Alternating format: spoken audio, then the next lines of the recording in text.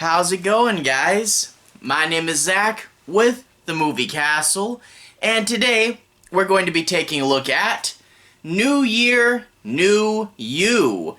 This is Season 1, Episode 4 of Into the Dark, which was Blumhouse TV's attempt to put a new movie onto Hulu every single month.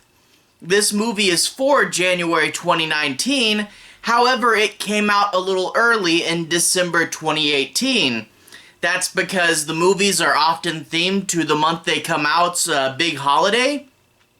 So January, you want to do a New Year's Day holiday, but that's on the 1st, and in order for it to be relevant for longer, go ahead and put this one out a little early.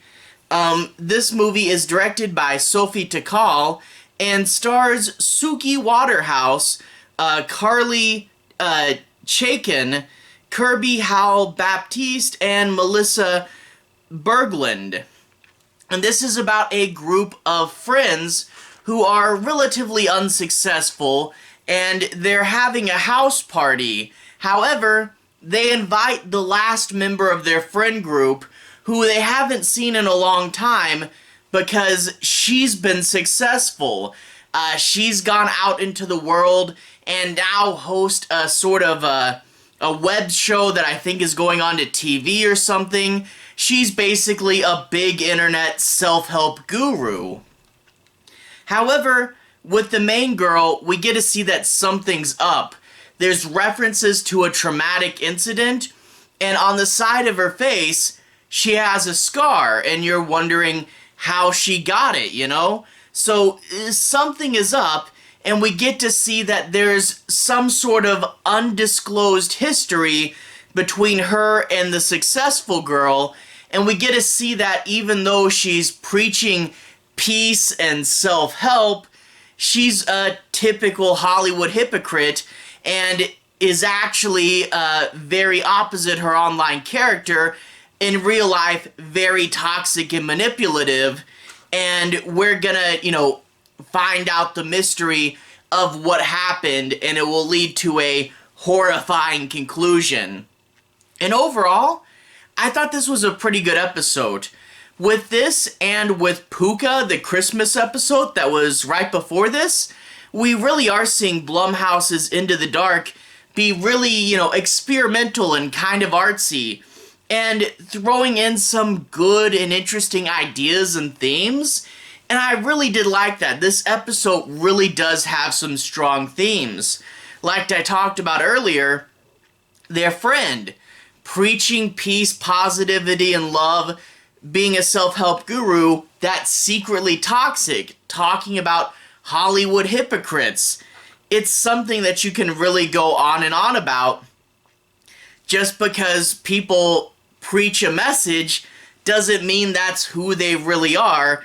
And yeah, we've seen a ton of this in real life, and that really is interesting. Backstabbing, betrayal, manipulation from someone who says her whole career is to be positive. That is interesting.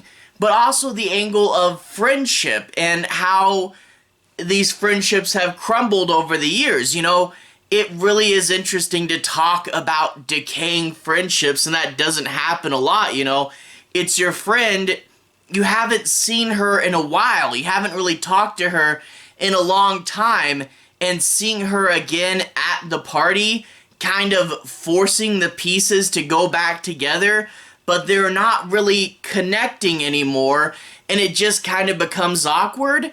If you haven't seen this person in a long time, can you really still pick up where you left off, That is interesting, and to see, her talking about positivity and not noticing her friends back there in the corner being awkward and not fitting in, it's really interesting stuff. And also to talk about seeing other people's successes, The main girl was a good actress, she won local awards, but now she's a college dropout and she's making money as a babysitter.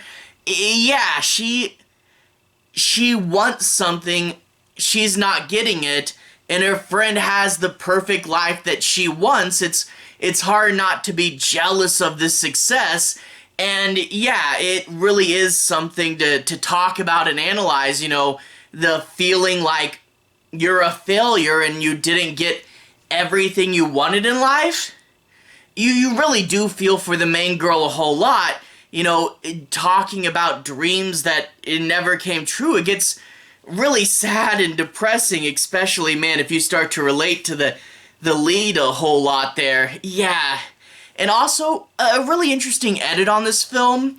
During times in the party, she is distracted, that hinted at past, but also the inability to relate and fit back into the friend group. And the editing does a good job at disorientations and cuts between now and hints at the incident that I thought were pretty cool. You also do get some really clever shots in this movie. For example, a character and maybe their reflection in a mirror, but not just one mirror, like multiple mirrors put together in a little decorative arrangement that has the unintended, in context of the story, totally intended for set dressing, but the unintended consequence of having the portrait of the person in the mirrors be broken up into this odd composition, like you know who that is but can't really recognize them anymore. That's really clever. We also get some moments, especially towards the end, Brian De Palma style split screen. Pretty cool. You know, not used as great as it was in, say, Sisters, but still cool to see this motif that wasn't used as often as it could have been. And we also get a clever shot where at the end of the movie we see something horrific, and they do a good job of jump cuts getting closer and closer to the horrific item. I thought that was a pretty cool shot, so I like the editing and shot choice in the movie, and overall it is pretty cool. The first half of the movie, mystery as to what's really going on, depressing atmosphere seeing that you failed and someone who is a huge hypocrite and doesn't really deserve it is getting so big and successful. I really liked the first half of this movie and how it was going. Now, no major spoilers, but midnight happens in the middle of this movie, which I think they actually did in Midnight Kiss as well, the other New Year's Eve one. Midnight is roughly somewhere in the middle. Kind of breaks the movie up into two acts a little bit. The second act, it is good, but it's much more standard. And I don't know, maybe it was just me. Maybe I was the weirdo liking this depressing mystery thing. But I really like the more artsy angle of the first half. And the second half isn't bad. The story, though, plays a whole lot of its hand all at once, and it also becomes a much more familiar chasing people around the house horror movie, which it does lead to some good action, and we do want that climax, and with as much of the story that is to be told after the reveal and the big action sequence later on, okay, the climax did have to start, you know, about where it did. You know, it's a case of, I get, like, that uneasy party feeling if you try to do the full 90 minutes. I don't know exactly how long this movie is, but if you try to do the full movie, just that uneasy party section, I could see it getting boring. You'd have to find ways to change it up and keep it interesting, and that would be hard, limiting it to that much of the movie. So basically, with the shift halfway through, I'm saying I totally get it. I don't know how long we could keep that first half up in the air, and I do like exciting action sequence stuff. It had enough time there to fill out that much of the story, and there was some more standard but fun horror elements towards the end, so I totally get why it was set up this way. It's still good, but me being the weirdo that I am was like, aw, that we're not doing depressing mystery as much. There still is some revelation, there still is the depressing atmosphere, but yeah, I was just digging it the other way, you know? But yeah, towards the end, much more of a standard horror movie, and much more what I get a lot of people are looking for. bashing each other over the head with stuff, running around the house, who's where, who's doing what. You know, much more action heavy. A few things though, I felt that one of the characters was a little too easily manipulated. The villain is a manipulator, so I see introducing this concept. It was just a little too easy for her, and I wish there was something like a really deep and dark lie, you know, something that just made you feel sick, but it just came off as a little too easy. Also, one of the villain says something about the origin of the hero's scar, which kind of calls into question how exactly she got it.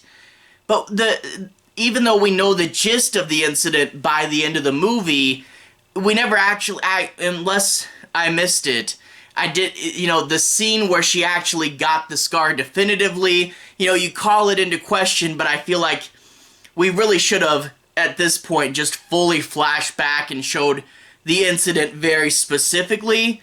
Maybe that's just me. And also, and I won't spoil it, but the ending does screw over an innocent character, and it's one of those things like, the tone of the end of the movie, it's supposed to be that way. I mean, the movie is about screwing over other people, and some people aren't going to like it, and you're not supposed to really like it. It's a horror movie, it's about bad things, but it is a case where one of the characters at the end, it really gets screwed over and didn't have it coming, and yeah, it's supposed to be bad, but it was one of those like, that poor girl.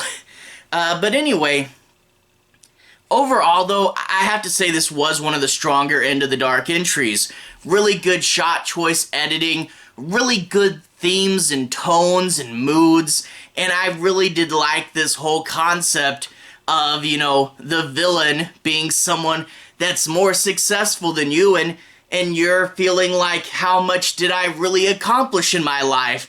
You know, not too many movies are going to talk about things like that in the way that this movie does, and just not fitting into your own party. I thought it was interesting stuff.